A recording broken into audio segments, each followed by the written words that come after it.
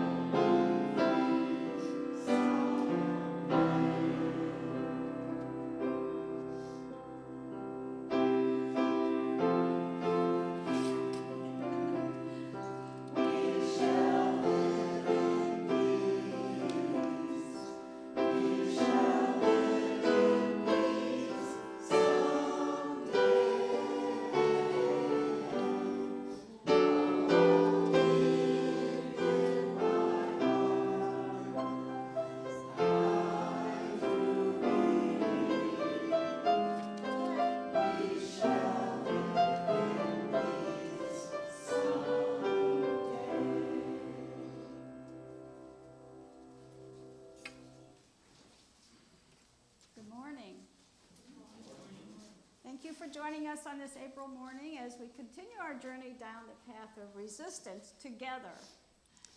My name is Dorothy Lemmy, and I use the pronouns she and her.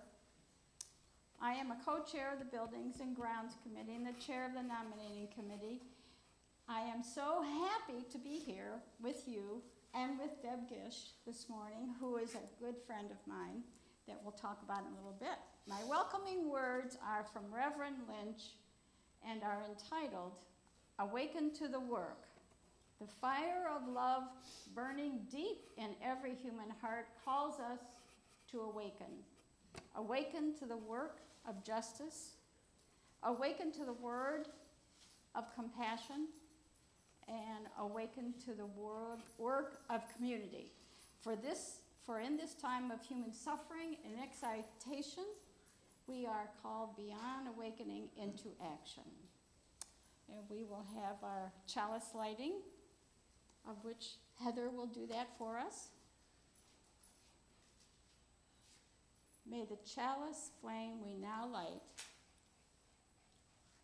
guide our hearts in service and to a greater good that holds all living things in its holy embrace. Please rise in spirit and body to do Spirit of Life.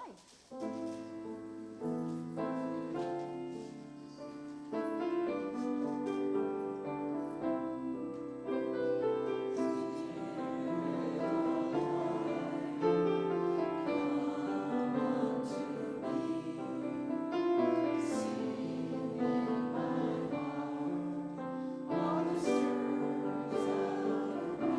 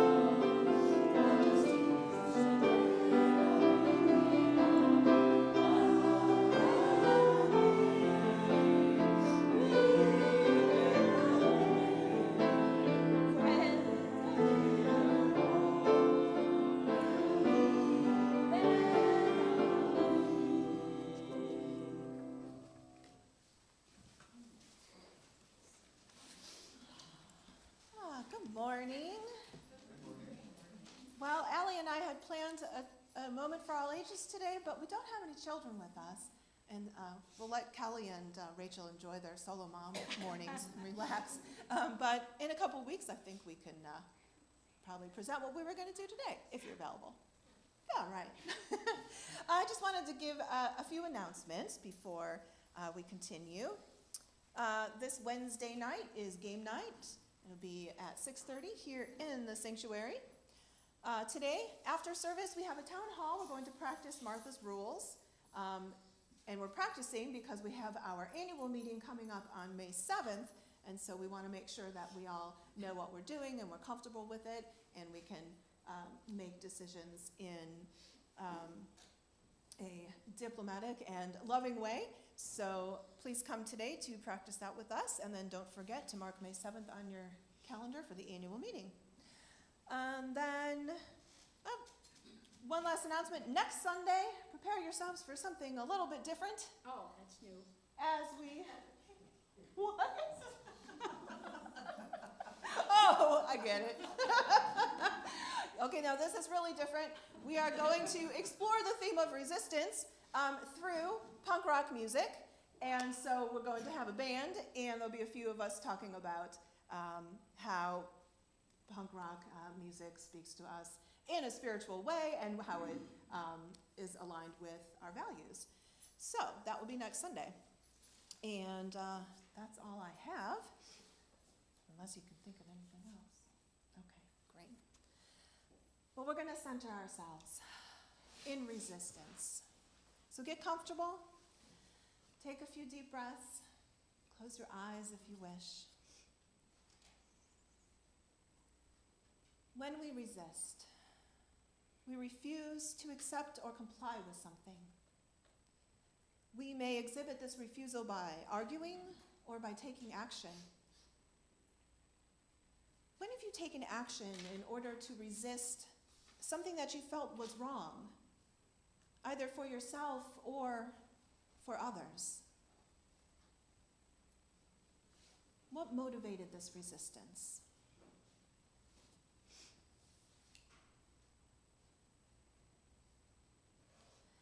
Have there been times when you wish you would have taken action to resist something and you did not? What stopped you? Or what was missing that you might have needed to propel you towards being resistant?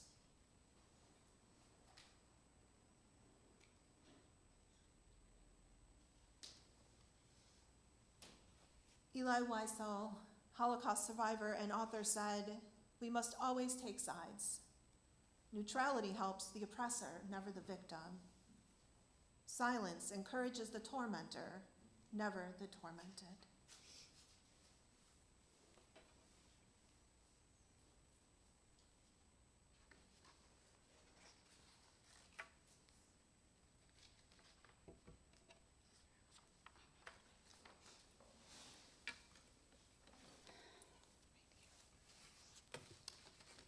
It's time for a sharing of abundance.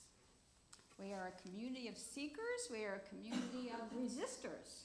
We have been able to sustain such a community since 1955 because of the contributions of our ancestor.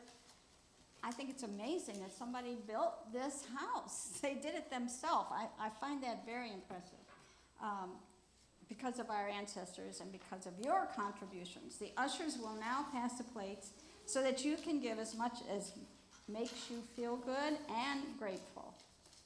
And our people are going to be collecting.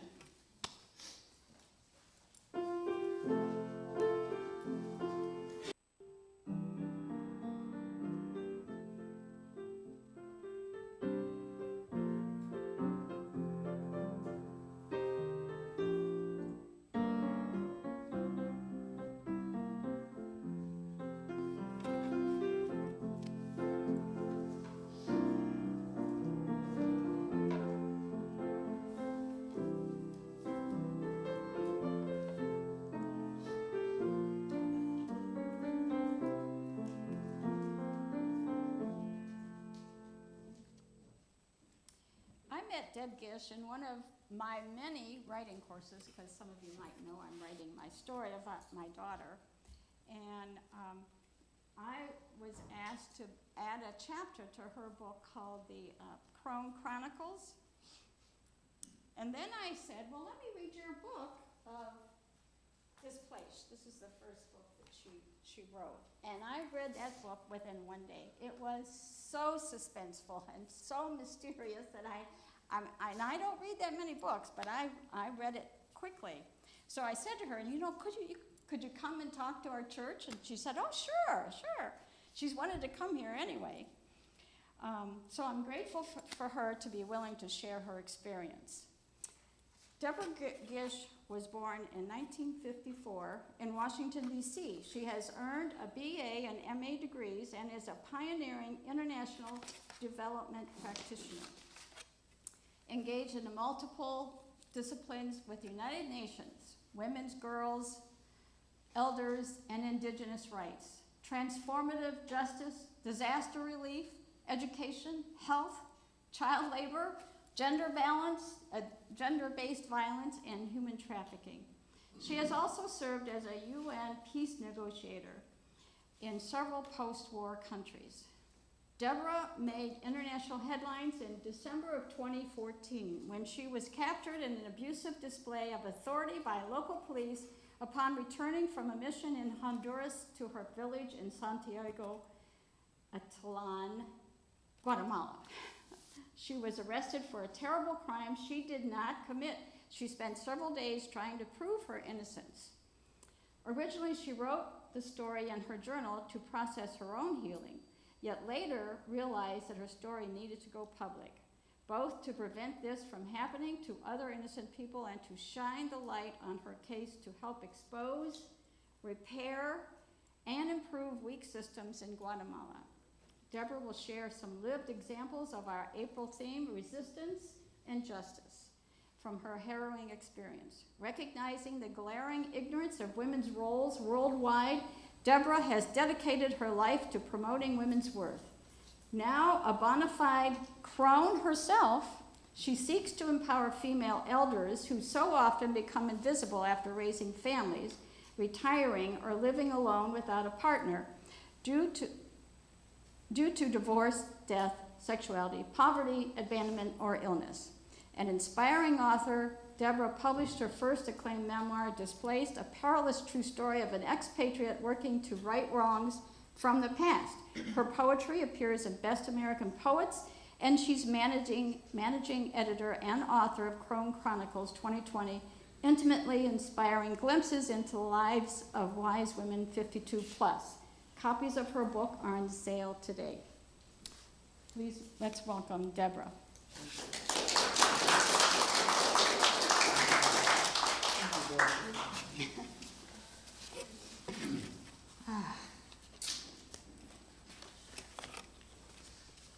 Thank you, Dorothy. One of our illustrious authors in Crone Chronicles 2020. 57 female elder authors in here, and they were given a prompt to write the story. Most of them had never written. They wanted to write their story, they didn't know where. Write your story about how you got to where you are today, how you identify who you are. It could be a revelation, a revolution, a divorce, a marriage, a tragedy, or it's the happiest moment of your life. And Dorothy wrote a phenomenal story, so I hope loan this at least to them so they can read your story, which is quite. I'm going to focus a little bit today on, I was asked to focus a little bit on the theme of April, which is resistance and justice, which just coincidentally are some themes that I'm somewhat familiar with, that I work with. You heard the laundry list of things I deal with around supporting and empowering women and girls and children all over the world, in the context of everything, education, health, human rights. I just broke up a band down on the Colombian border of sex traffickers, 85% of whom are girls under the age of 12. And so we've got a lot of problems going on around the world, and I'm just one little drop in the sea. But believe it or not, even though I'm a peacemaker, literally, I facilitate and mediate peace accords in war-torn countries around the world, and I'm working to bring about peace and to promote peace and in real time. But believe it or not, that's not popular for everybody.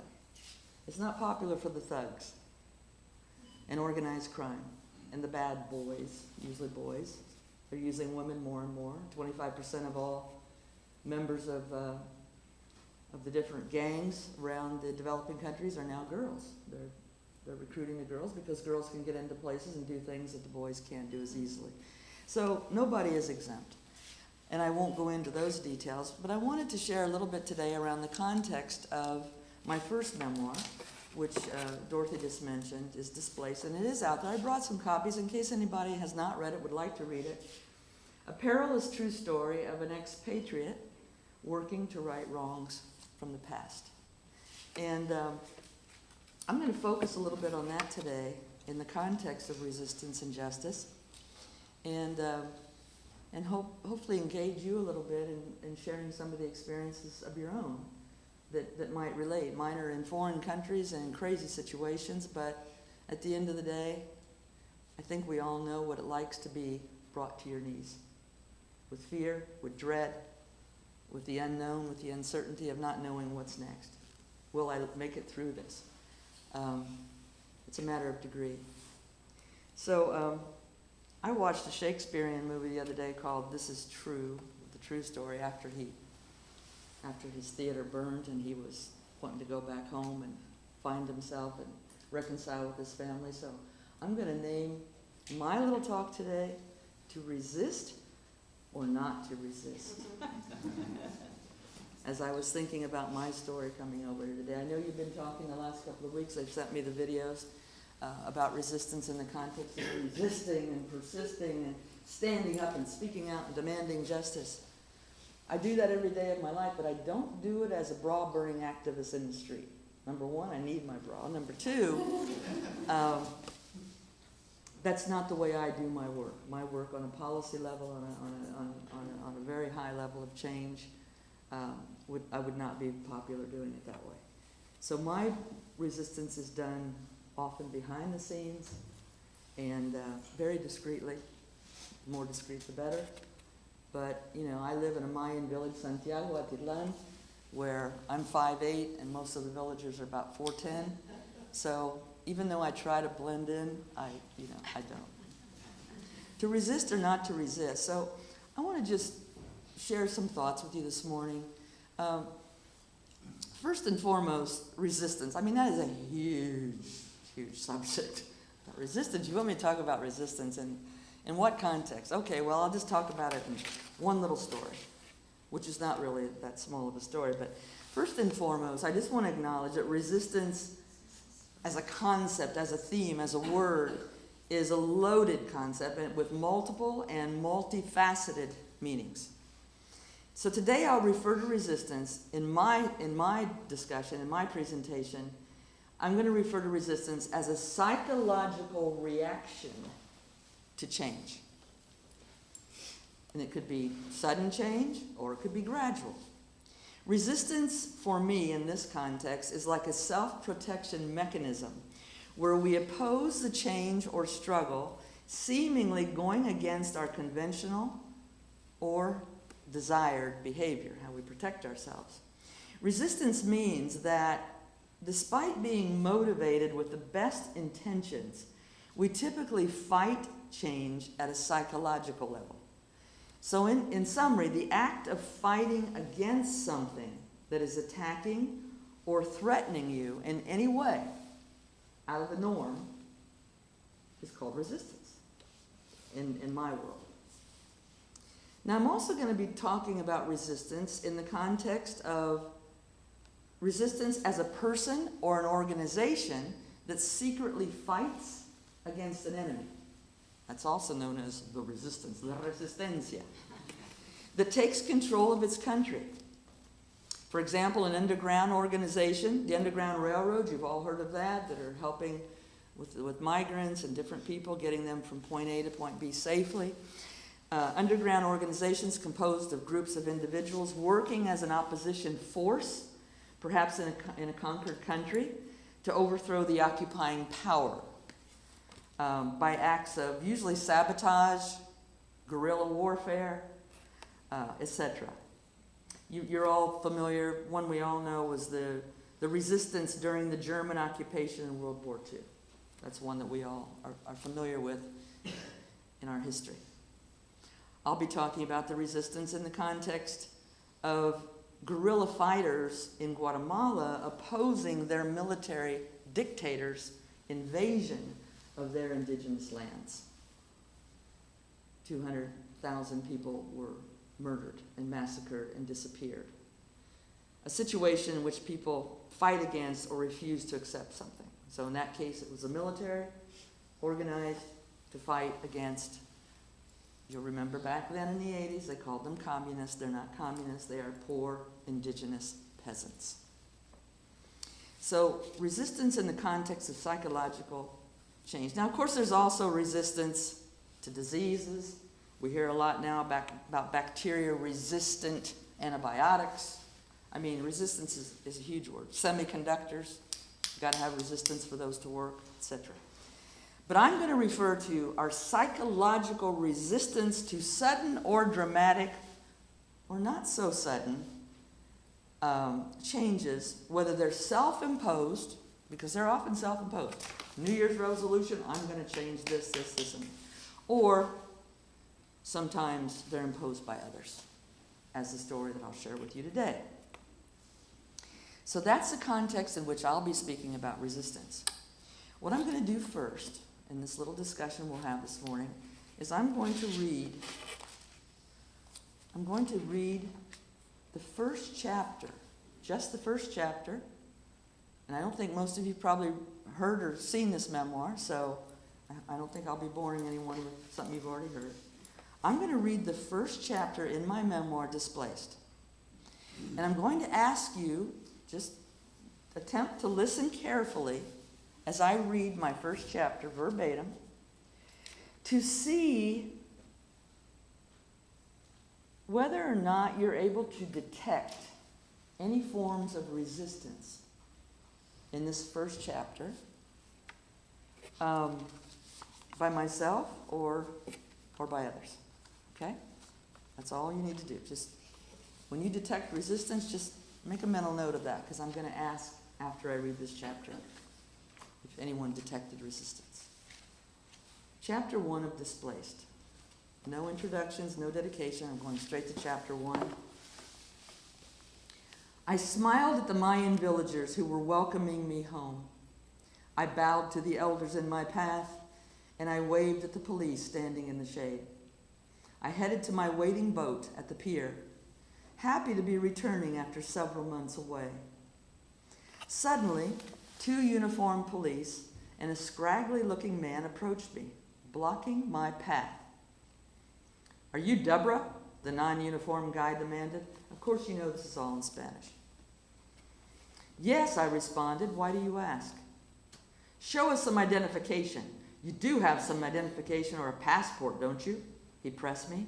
"Yes, of course," I replied, pulling out my photo ID out of my bag. "What's this all about? Why are you stopping me?" "You need to come with us right now," the scraggly-looking one demanded. "But why? Who are you? Where are you taking me?"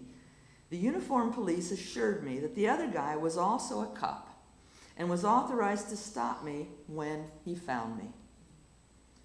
"Why are you stopping me?" I pressed back. "Because there's a warrant out for your arrest."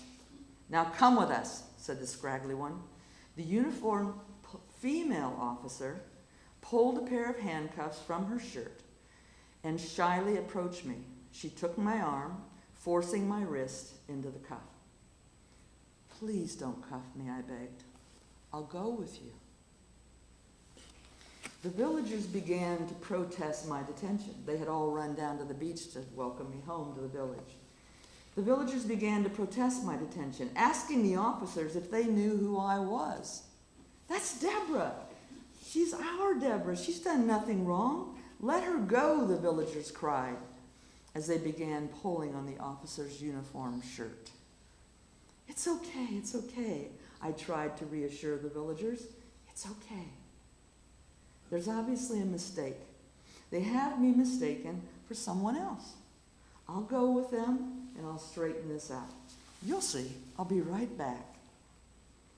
Now, of course, the police in poor rural villages have only 1 to 2 patrol cars to the whole department assigned to their station, but they never have funds for gasoline, so they're always on foot.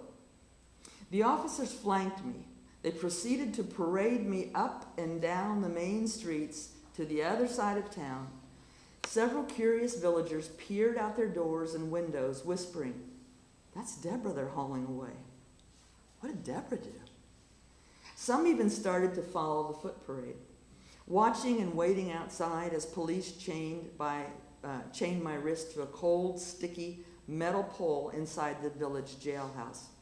I stared out the open frame window as the growing mob, now glaring in at me through the bars, whispering in Sutahil Maya to each other. I became anxious watching the officers take my bag, my billfold, my notebook, rummaging through my documents, my money, my mobile phone contacts, writing down names and numbers of my friend and family. Why am I here? Why have you arrested me? I haven't done anything wrong. You have to tell me why I'm here, I respectfully protested. The judge will tell you everything when you meet, the uniformed officer replied without looking up. What judge? When will we meet? I probed. Later tonight, the officer said, after we fill out all the paperwork related to your capture. Glancing at my watch, it was 6 p.m., and it's already dark in the Highland Mountains by 6:30 p.m. My boat was tied down at the dock, and my trusted guardian, Salvador, he was my bodyguard, would be worried that I'd not be yet crossed the lake before dark. That was not like me at all. I needed to contact Salvador to come get me. Please let me make a phone call, I begged the officer who was holding my phone and still writing down my phone contacts. You can make 1 call, he said, as he handed me my cheap cell phone. I could barely see the numbers on the keypad as I fumbled to find Salva's number. Finally, it appeared and I dialed. It rang and rang and rang, no answer. Oh no, I thought. Why doesn't he have his phone turned on when I need to call him? No answer, I told the police. I'll try again. I dialed contact after contact, but nobody answered their phone. I began to cry in sheer frustration, still not knowing why I was captured and unable to reach anyone for help. Okay, give me the phone back now, the officer demanded. Please, I begged, just one more try, I pleaded. Nobody's answering. So I decided to call my sister Cynthia in the United States to inform someone close to me what was happening, lest I didn't make it out of here. My sister didn't answer, but I left a pleading message for her to get help, telling her that I'd been captured, but I didn't know why. I was in the jailhouse of my village alone, cold and afraid. I asked her to please tell everyone in my family that I love them. I hurriedly left another pleading message in the voicemail of my business partner, Maria, as the unmarked agent approached me demanding the phone again. I handed him my phone and I sat down on a splintered wooden bench by the metal pole. Silently I wept as I stared at the police through the little peephole in the wall. They were talking about me, so I asked them again to please tell me why I was being held. All in good time. You'll see the judge soon, the female officer tried to reassure me. But it's getting very late, I said. Will I be able to see the judge tonight? Yeah, she'll meet with you whenever we arrive. Thank God, I said, and thank you, I said to the officers, now increasingly worried that I would have to sit there all night in the dark, cold jail, waiting for someone to tell me why I was there. After what seemed like hours, 5 hours to be exact, I heard a familiar voice talking with the police. It was my friend, Argentina, bringing me a shawl, telling officers that she knew me and she would vouch for me. Officers wanted to know how she knew me, so Argentina explained to the police that I'm an elder, I'm a leader, I'm a humanitarian, a professional, that I'm someone who helps many, many people and organizations with their programs. Salud. Argentina told police that I helped her family's organization plan the country's first program to assist handicapped and disabled adults and children in our village. The officers, now recognizing Argentina, who's also a retired first grade teacher, let her pass behind the dark stone wall to see me. I broke down in tears upon seeing Argentina approach me. "What happened to you?" Argentina quizzed me. "I don't know," I glared forward. "I just returned from working with the Food for Education project for Catholic Relief Services over in Honduras, and they captured me as I was heading for my boat to go home. It seemed like they were waiting for me. I don't know why. They just said there's a warrant out for my arrest. They handcuffed me and they publicly paraded me through the streets to jail. I decided to cooperate, trying to clear up the confusion. There's clearly a mistake, but I don't know what happened." "Don't worry, Deborah, we'll get help." Argentina patted my head, saying she'd see if someone would come and accompany me to meet with the judge. "I think I'm going to need some legal assistance," I confessed. "Do you know any attorneys who can help me?"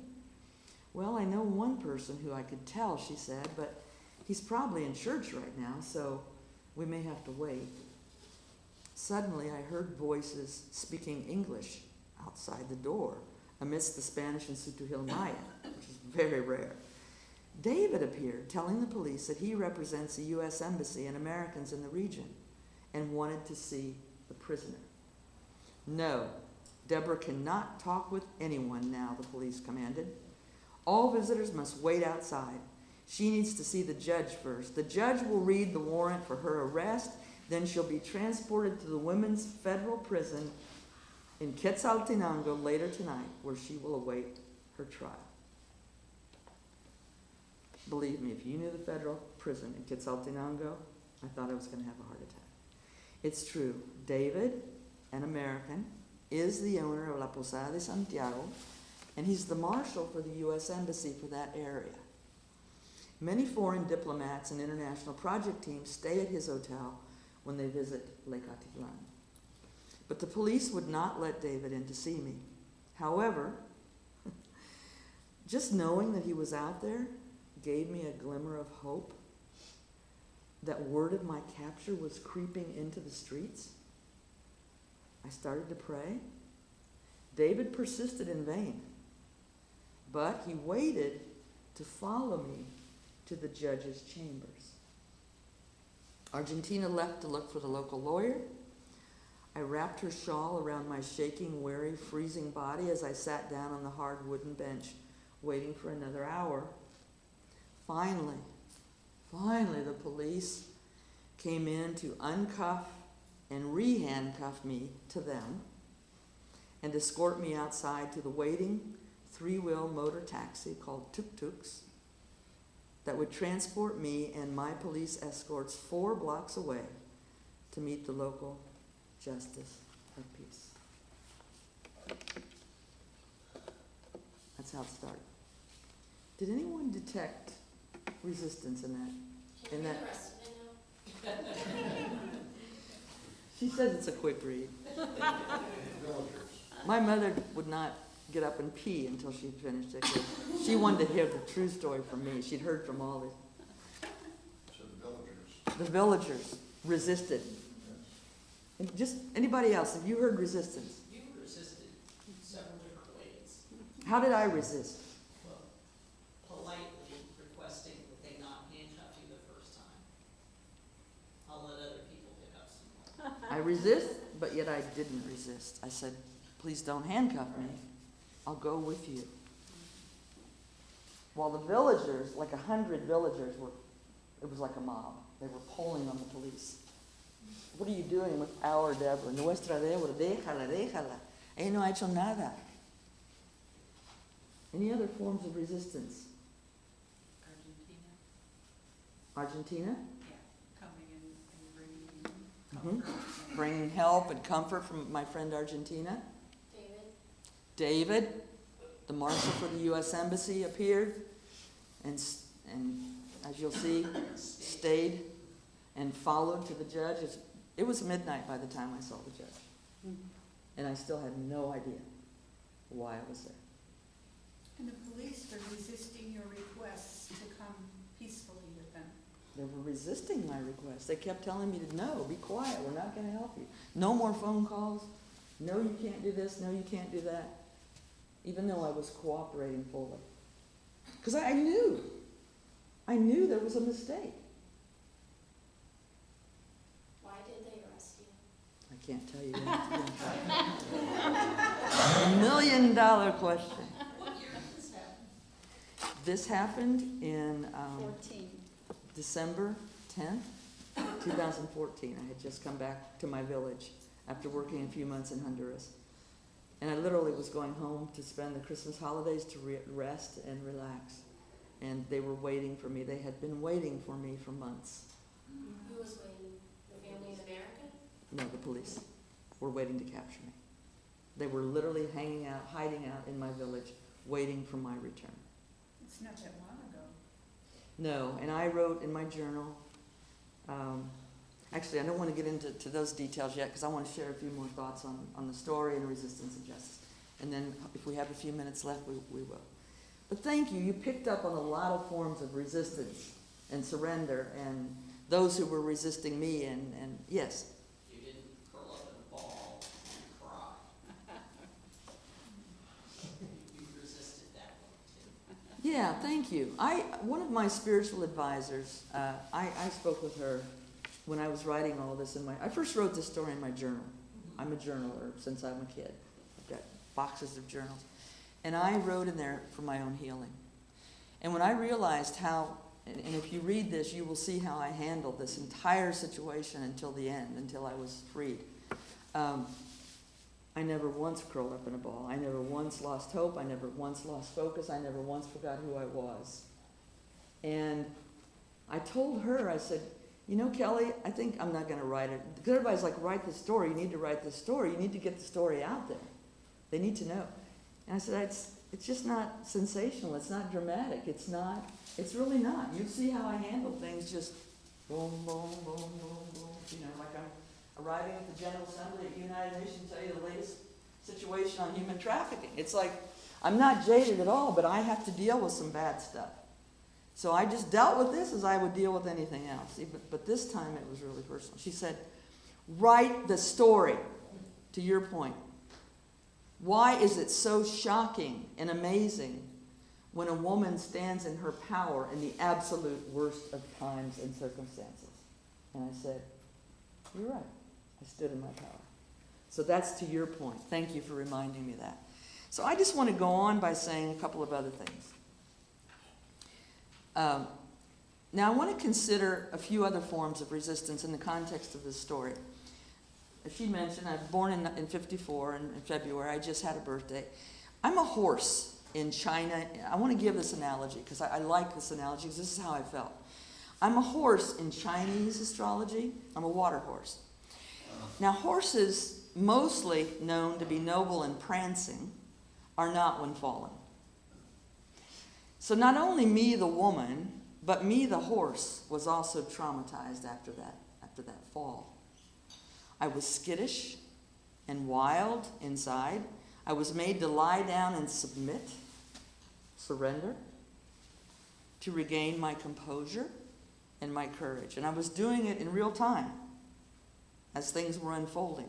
I had to fall completely to get back up again and into the game. And if you knew how the world found out about this, it was the most humiliating, defaming, horrific situation that anybody could possibly imagine, especially an international professional who's known for her integrity. I learned from my experience that surrender, which I don't think is the opposite of resistance. I think it's a form of resistance. But I learned that surrender was my greatest act of faith and trust in this episode. Now I believe that not resisting, not fighting what was happening, probably, most definitely, saved my life. I'll tell you right now, if they had sent me to the women's federal prison in Quetzaltenango, I would not be here telling you the story. I would have not made it through the night. They would have had me. So there's a lot of things about not resisting. Okay, so there's a lot of things about not resisting. Okay, so how do I link my own lack of resistance, which I'm also calling surrender, I surrender, to justice? How do I link that to justice in my case? I don't want to tell the whole story, even though I know you want to know why I was arrested, but I'm not going to, just because there may be some of you that want to actually read the story and see what happened, what unfolded, how the heck I got out of this mess, and... You wasn't on a cliffhanger. Okay, good. It is a hard. It's just you only gave me 30 minutes today. You know, you got to give me, probably I could read it to you in a couple hours. I'll come back and read it in segments. But what I want to say is, I don't want to reveal the whole story, but of what happened and what I did, because there's just not time to give it justice. There's too many nuances. In this, I take you through the day to day to day to day of 6 days of hell. Okay? So my purpose, but I am going to tell you why I wrote this book, because that'll tell you a little something about me and how I see this. My purpose in writing this book, this first memoir, was mostly, honestly, to heal myself. To heal my spirit, because it was broken, whether I realized it or not, even though I was being tough on the outside. And truthfully, to also, I hate to admit it, to heal my pride from the defamation of character and from the humiliating public accusations in the global media coverage for a crime that I did not commit. Now, can you imagine my mother's shock seeing me handcuffed on CNN International, seeing police leading me through my village? That's how my mother learned. And then my colleagues in Beijing and China and all over were calling, not me because I didn't have a phone, but they were calling everyone else.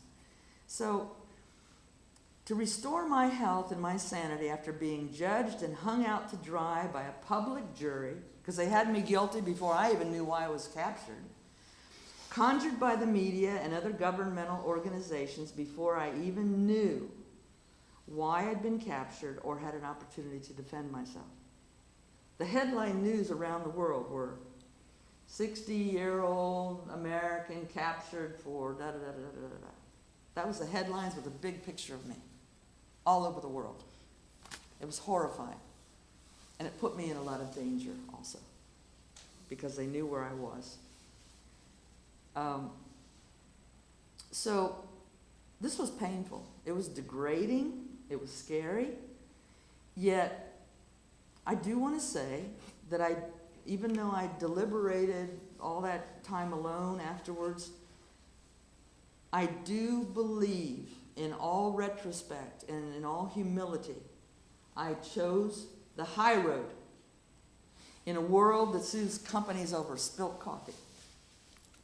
I chose a strategy for my own learning, growth, and psychological reparation, as well as to protect others. And I will say that although a colossal mistake had been waged against me by the government with this false arrest, for which I could have easily retaliated and perhaps even become rich, I could have had a heck of a lawsuit. But instead, I chose a path in which there would be no financial reparation at all, despite the possibility that I might not be hired to work again by the United Nations or even in my field. You Google my name today, you will still see those headlines. What can I do about it? I wasn't thinking about myself. I wasn't thinking about the repercussions. And I wasn't thinking about being vindictive, although I could have been. I could have taken those guys to court and won big. But instead, I said no. I said no because despite the concern, I moved forward in good conscience and with a strong sense of self, knowing that while I didn't always do things right, I do believe I did the right thing. You see, what made me focus on doing the right thing is that I knew that if this could happen to me, it could happen to anyone. It could happen to some poor soul who has no one to defend him or her, instead of suing and getting even, I sent out to change the justice system and the same laws that had hurt me and brought me to my knees and practically ruined my career, so that this would never, ever happen to or hurt others ever again. And that's what I set out to do after I was freed the very next day. Pursuing freedom and justice for others, I went to the same Attorney General who had me captured. I want a public apology on the front page of the newspapers, but more importantly, I'm going to sit with you for the next 3 months and we're going to fix this system, we're going to fix these laws, and this is not going to happen to another person in this country. She agreed with me. That's the least she could do. So pursuing freedom and justice for others over my own personal gain, for me, is social justice personified. So, and I also wrote this story, telling you the why, and I'll close with this. I also wanted to write this story because I see so much sham and drudgery all over the world, and I want to inspire others to think. But then think again, and think again, but with the heart. Think again with the heart about why bad things happen to good people. I'm a good person. This was a bad thing. But think before just lashing out, before taking revenge in an unending war of violence and greed. Ask yourself, what's my lesson in this experience? How can I help this from happening to others? How can my resistance, or lack of resistance, and surrender in my case throughout the story, how can that also propel me to do the right thing? Even bring about justice to the people because of my own personal experience. So thank you very much. I've taken my time, and I want to just thank you for being such a wonderful participatory audience. I will be here for a little while after if anyone would like to just talk with me or ask questions or share your stories with me. I would be very honored to engage. So I just want to thank you and Dorothy for reading my memoir and for inviting me, Heather, and all of you in the congregation today. Many blessings. Thank you.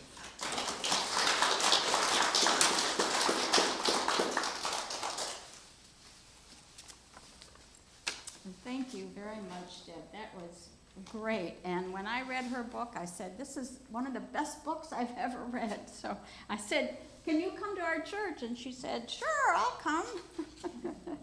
But now we're going to talk about joys and sorrows.